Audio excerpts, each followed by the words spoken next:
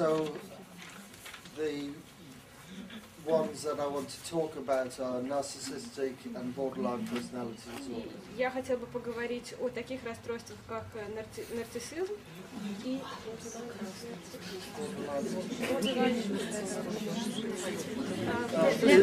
borderline personality. Пограничная личность. Both of which are processes I've worked with quite a lot. И с обоими этими процессами я довольно много работал.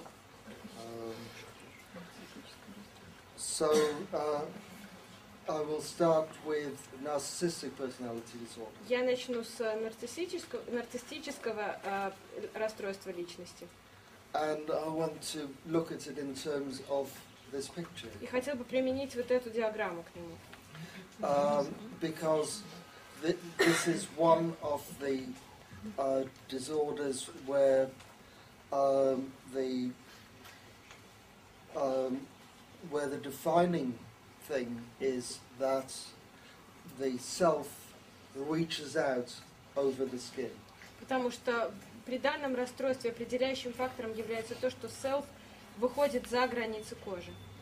So everything that happens is related to as an internal experience. Поэтому все, что происходит, каким-то образом воспринимается как внутренний опыт. If I have a narcissistic process, then you are important as part of my internal experience, not as external human beings in your own right. При таком расстройстве люди воспринимаются как часть внутреннего опыта, а не как внешние факторы.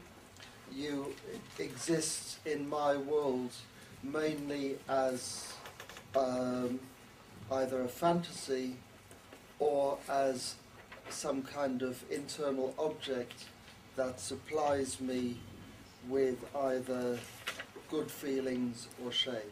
И в моем мире вы существуете либо как фантазии, либо как какие-то внутренние объекты, которые дают мне либо поддержку, либо стыд.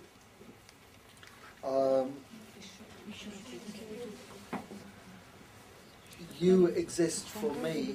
Люди воспринимаются таким человеком only as either a fantasy. Или только как фантазия. A player of a small part in a theatre piece that I'm playing for myself. А в чем разница между фантазией и внутренним объектом?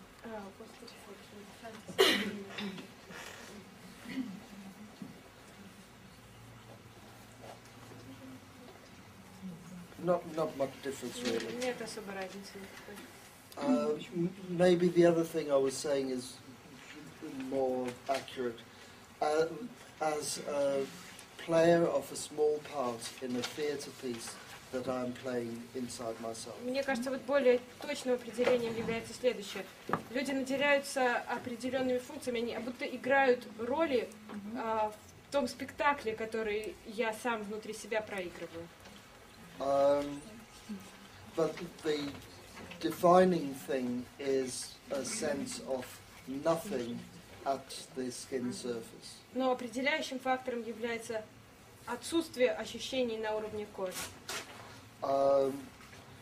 So if you take the classical picture of Narcissus, Поэтому если вы возьмете классическое представление нарцисса, the beautiful young man прекрасного молодого человека, who has no friends except his own reflection in the water, у которого нет друзей, помимо собственного отражения в воде.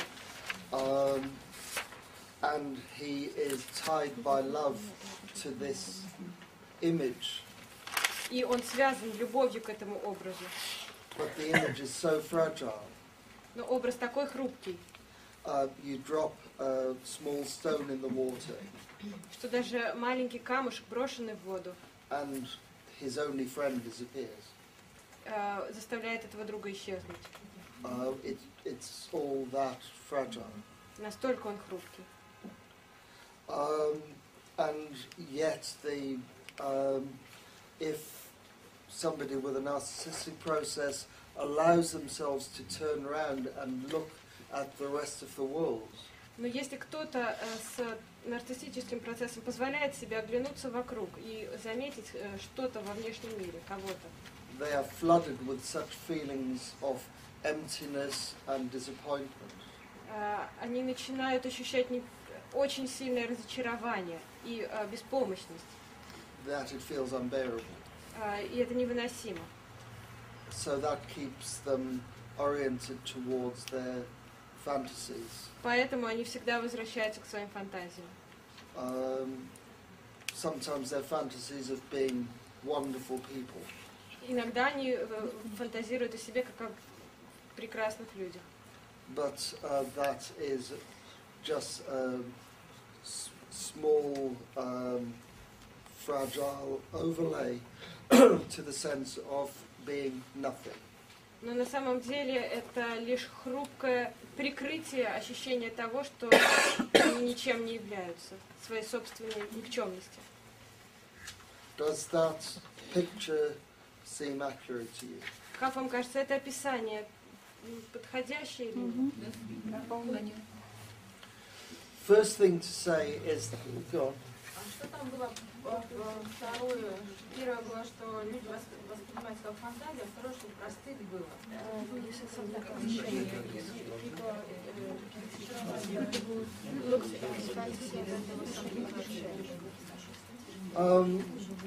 Well, I understand shame as a retroflexion of disgust. Я понимаю стыд как ретрофлексию отвращения.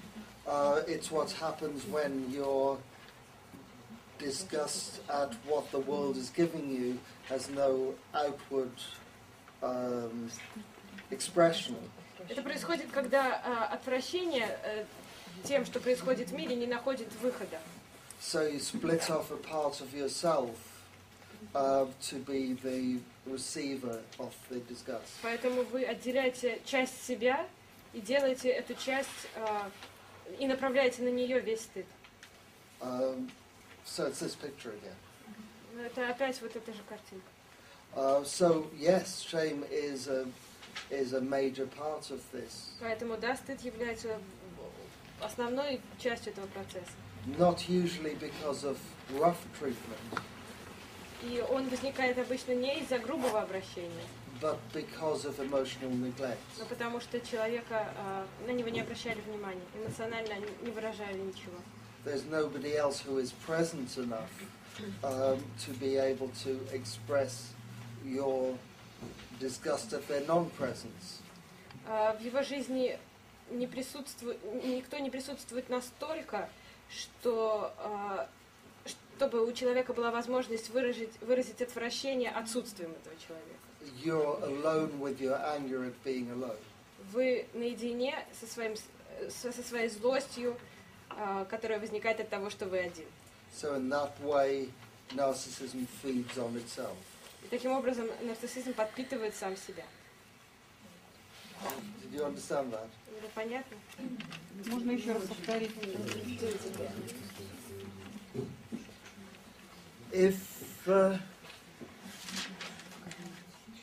If I lock you in a cupboard, Если я вас запру в шкафу, you are angry with me for locking you in a cupboard. вы разозлитесь на меня за то, что я запер вас в шкафу. But there is nobody to express that anger to because you're in a cupboard. Но вы никому не сможете выразить эту злость, потому что вы один в шкафу. So the only place the anger can go is towards yourself. Поэтому злость можно направить только на себя.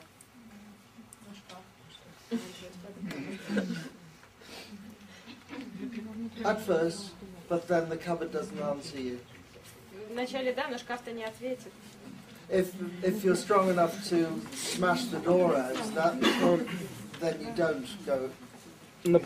Направление злости на себя — это фактически направление злости на внутренний образ запершего, который внутри меня мы формируем.